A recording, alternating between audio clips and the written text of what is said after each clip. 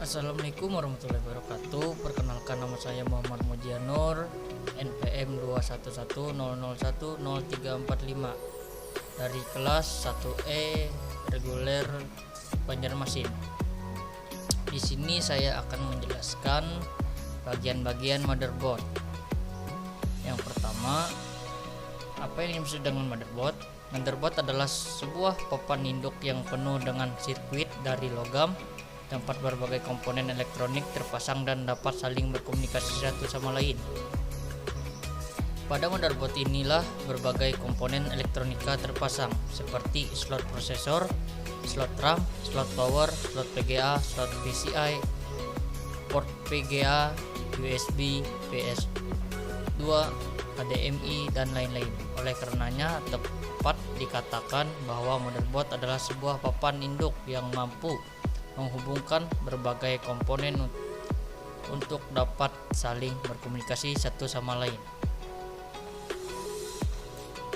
Ini gambar soket prosesor atau CPU soket.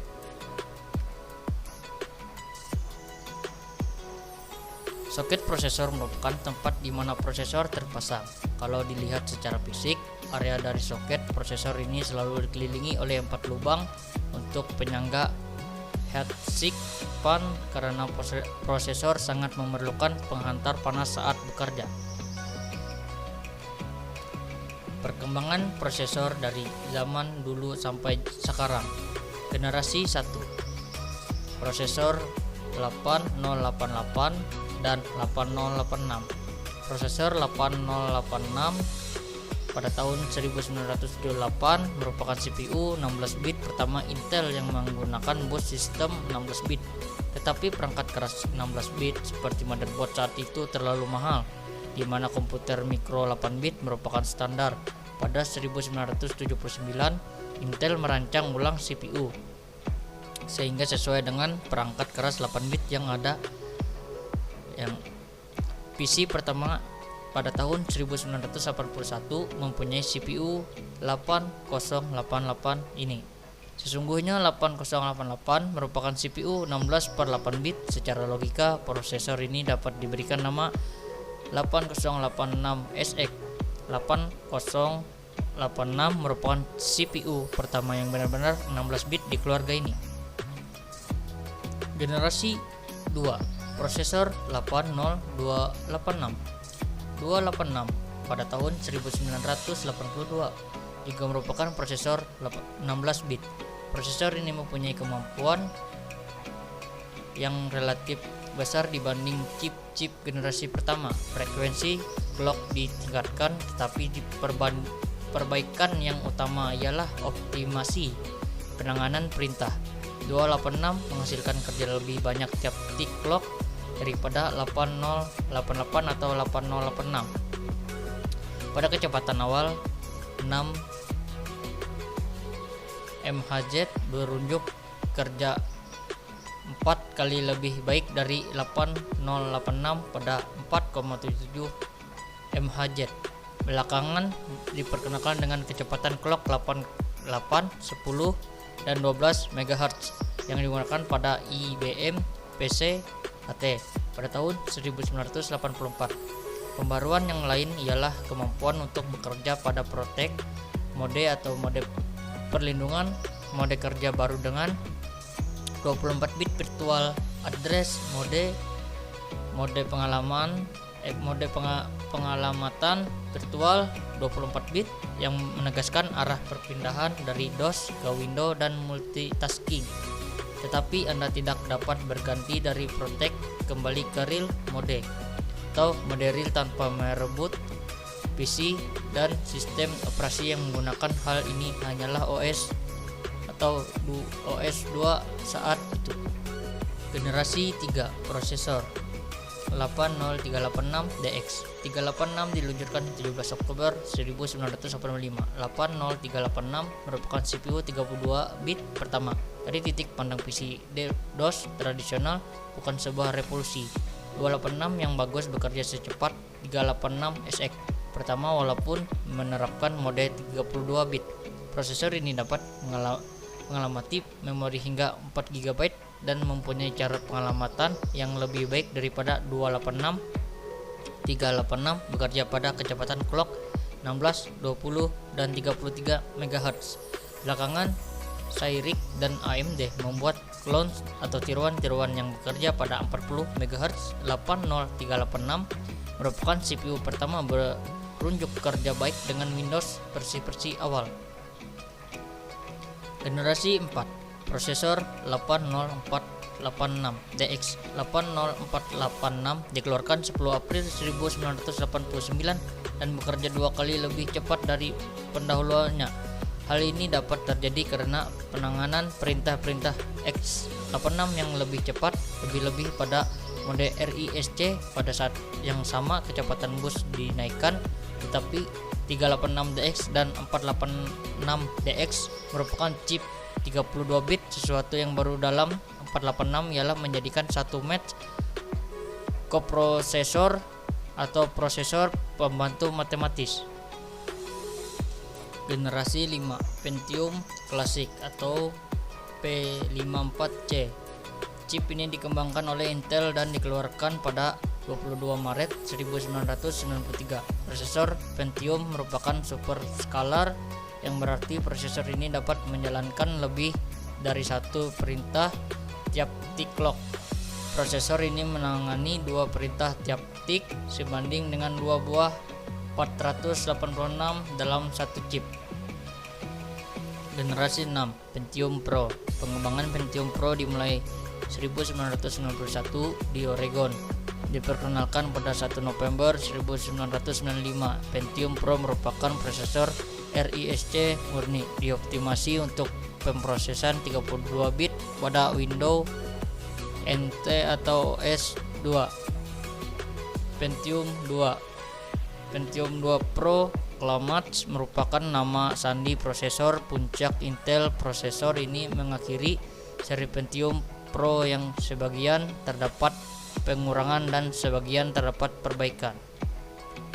Generasi ke-7, Intel Core 2 Duo. Prosesor generasi ke-7 adalah Core 2 Duo yang diluncurkan pada Juli 2007. Prosesor ini memakai mikroprosesor dengan arsitektur x86. Arsitektur tersebut oleh Intel dinamakan dengan Intel Core Microchip Tour, di mana arsitektur tersebut mengganti arsitektur lama dari Intel yang disebut dengan NetBurst sejak tahun 2000 yang lalu. Penggunaan Core 2 ini juga menandai era prosesor Intel yang baru, di mana brand Intel Pentium yang sudah digunakan sejak tahun 1993 diganti menjadi Intel Core. Core i3M. Meski tidak dilengkapi turbo boost, performa Core i3 tetap memikat. Hyper-threading membuat kemampuannya dapat dipakai secara maksimal. PGA-nya pun selalu dapat diandalkan dibandingkan PGA onboard terdahulu. Jika dana Anda terbatas namun menginginkan performa dari arsitektur terbaik Intel, Core i3 adalah pilihan yang jauh lebih unggul dibandingkan Core 2 Duo. Core i5M notebook dengan prosesor ini memiliki 2 inti prosesor atau dual core, akan tetapi tersedianya hyper-threading membuatnya tampil seakan memiliki 4 inti prosesor. Turbo boost menjadi andalannya dalam hal performa. Sementara itu PGA integrasinya sudah mencukupi untuk pemutaran film HD 1080p, bahkan film Blu-ray. Jika perlu, beberapa game 3D ringan pun bisa dimainkannya. Jika Anda menginginkan performa tinggi dengan mobilitas baik, Core i5 adalah pilihan yang baik. Harganya pun tidak mencekik. Core i7M. Prosesor ini adalah Arendelle atau 2 inti prosesor dengan performa terbaik. Teknologi 32nm membuatnya bekerja dengan suhu relatif rendah. Core i9 adalah prosesor terbaru Intel dengan spesifikasi memiliki 6 core dengan kecepatan 2,8 GHz dengan L2 256KB, X6 dan L3 12MB. North bridge and South bridge. Ini contoh gambarnya. North bridge letaknya selalu dekat dengan soket prosesor, yaitu merupakan salah satu komponen penting dari motherboard. North bridge adalah titik fokus dari motherboard dan disebut juga dengan memory control hook. North bridge terhubung dengan soket prosesor, slot RAM, serta slot AGP. South bridge dan North bridge adalah dua kutub utama motherboard. South bridge terhubung dengan antarmuka IDEA, primer, dan sekunder, konektor SATA, konektor floppy drive, slot PCI, dan BIOS. Slot RAM. Ini contoh gambar RAM. Slot RAM slot random access memory atau RAM adalah tempat di mana RAM diletakkan. Fungsi dari RAM adalah sebagai daya ingat komputer dan kapasitas bisa di-upgrade atau ditambah sampai batas maksimal. Terdapat beberapa jenis slot RAM, diantaranya single data rate atau SDR RAM, double data rate, DDR1, DDR2, DDR3, dan seterusnya. Ini contoh gambar DDR1, 2, 3, 4, 5. DDR setelah generasi tersebut adalah double data rate SDR RAM yang kita kenal dengan DDR. Kecepatan memori ini naik 2 kali lipat dibandingkan pendahuluannya. Memori DDR banyak digunakan di Intel Pentium 4 dan AMD Athlon. Supaya laku di pasaran, manufaktur punya strategi dengan penamaan seri yang 2 kali lipat dari kecepatan aslinya. Jadi jika kamu membeli DDR 200, maka kecepatan RAM-nya sebenarnya adalah 100 MHz. DDR 226 berkecepatan 13 MHz, DDR 333 berkecepatan 166 MHz, dan seterusnya. DDR2 semenjak dirilis RAM ini memikat banyak orang yang membutuhkan kecepatan RAM lebih besar. DDR2 adalah standar untuk kebanyakan chipset yang memakai Pentium 4 Prescott serta Intel Core dan AMD Athlon 64. DDR3 keluar pada tahun 2007 dan diklaim kecepatannya meningkat sedangkan pemakaian energinya turun. Namun sayangnya performa yang didapat hanya lebih besar 2-5% dibandingkan DDR2. DDR4 dirilis pada tahun 2014. Memori ini menggunakan voltase yang lebih rendah daripada pendahulunya, namun kecepatan memori jauh lebih besar. Slot AGP dan PCI pada motherboard. Contoh gambar ini. Slot Accelerated Graphic Port atau AGP adalah sebuah subsistem yang dapat mentransfer data sebagai komponen pendukung agar komputer memiliki kinerja lebih tinggi.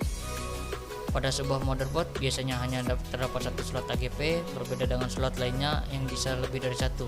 Slot Peripheral Component Interconnect atau bisa disebut PCI adalah slot yang digunakan untuk berbagai perangkat tambahan seperti sound card, Ethernet LAN, TV Turnet, dan lain-lain. Jumlah slot PCI terdiri dari 2 hingga sampai 4 slot dalam satu motherboard.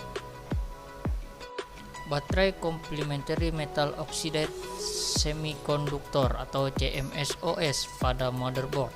Ini contoh gambarnya. Sebuah baterai terletak di bagian tepi dari motherboard yang berfungsi untuk memasok power bagai settingan tanggal dan waktu yang ada di ROM. CMOS biasa juga disebut dengan Real Time Clock atau RTC. CMOS RAM non-palit RAM atau NVRAM, non-palit BIOS memory atau complementary symmetry metal oxide semiconductor atau CMOS. Primary dan secondary IDEA atau Integrated Development Environment interface. Ini contoh gambar. Konektor IDEA atau PATA atau ATA, Parallel Advanced Technology Attachment, yang terletak di motherboard berfungsi untuk menghubungkan motherboard dengan hard disk. Konektor IDEA terdiri dari male dan female Konektor male IDEA pada posisi motherboard, sementara konektor IDEA female pada posisi konektor. Konektor SATA, Serial Advanced Technology Attachment. Ini contoh gambar konektor yang didesain untuk melakukan transfer data antara komputer dengan media penyimpanan seperti hard disk dan optical drive di dalam komputer. Konektor SATA mempunyai kecepatan transfer sangat tinggi yang melebihi konektor PATA. Basic Input Output System atau bisa disebut BIOS. Ini contoh gambarnya. BIOS atau Basic Input Output System merupakan sebuah chip yang berfungsi sebagai pengontrol perangkat keras yang terpasang pada komputer. BIOS bertanggung jawab atas kesiapan komputer dalam melakukan booting dengan mengecek hardware yang terpasang pada komputer. Power Supply. Ini contoh gambar power supply. Power Supply Unit atau PSU adalah komponen komputer yang dapat mengubah listrik berarus AC menjadi DC dengan voltase rendah. Komponen ini dimanfaatkan sebagai sumber daya bagi perangkat komputer lain. Power supply memiliki peranan penting dalam menyediakan daya untuk menghidupkan dan menstabilkan performa komputer secara keseluruhan. Power supply AT.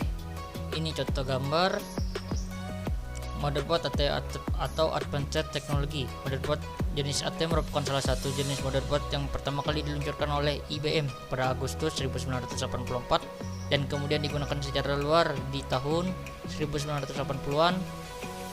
Ukuran motherboard ini cukup besar, yakni 12 kali 13,8 inci. Kelemahan lain adalah sulitnya saat melakukan instalasi troubleshooting. Power supply ATX. Ini gambar motherboard micro ATX sama dengan jenis ATX, adapun manfaat yang ditawarkan juga sama, yang membedakan hanyalah pada ukuran motherboard yang lebih kecil. Hal tersebut dilakukan dengan mengurangi jumlah slot I/O didukung pada motherboardnya. Power supply BTX. Power supply BTX adalah power supply yang biasa digunakan oleh orang-orang untuk membantu menunjang perangkat komputer di rumah atau perkantoran. Power supply jenis ini memiliki karakteristik yang terdiri dari dua jenis kabel, yaitu kabel power yang mengarahkan ke motherboard dengan jumlah sebanyak 24 dan kabel SATA dengan jumlah pin sebanyak 15. Power supply jenis ini diketahui memiliki daya yang relatif tinggi sehingga sangat cocok digunakan untuk kebutuhan bermain game atau bagi mereka yang bergelut di dunia desain grafis atau desain tingkat tinggi seperti 3D. Power connector. Ini contoh gambar power connector. Konektor ini tidak kalah penting dari yang lainnya. Konektor ini menghubungkan motherboard dengan power supply agar motherboard bisa mendapatkan daya listrik biasanya berjumlah 20-24 pin. I/O ports. Ini contoh gambar yang ada pada motherboard. Port floppy disk, komponen yang berfungsi sebagai port untuk memasukkan flash disk dan sejenisnya. Back panel, port yang terletak pada bagian belakang PC. Port PS2 mouse, komponen yang berfungsi untuk menghubungkan mouse dengan komputer. Port PS2 keyboard, komponen yang berfungsi untuk memasang keyboard. Port paralel, komponen yang berfungsi untuk memasang peripheral kecepatan rendah dengan data 8 bit, biasanya digunakan untuk memasang printer sebelum generasi USB. Port serial, komponen yang digunakan untuk memasang peripheral kecepatan rendah dengan mode transfer data serial, namun saat ini jarang digunakan. Port SPDIF, komponen ini digunakan untuk menghubungkan komputer dengan ke peripheral audio seperti home treatment. Port Firewire digunakan untuk menghubungkan peralatan eksternal kecepatan tinggi seperti video capture atau streaming video. Port RJ45 digunakan untuk menghubungkan komputer dengan jaringan LAN. Port USB digunakan untuk antarmuka dengan variabel peripheral atau peralatan eksternal generasi baru yang menggantikan port paralel dan serial. Port audio digunakan untuk menghubungkan komputer dengan sistem audio seperti speaker, mikrofon, line in dan line out.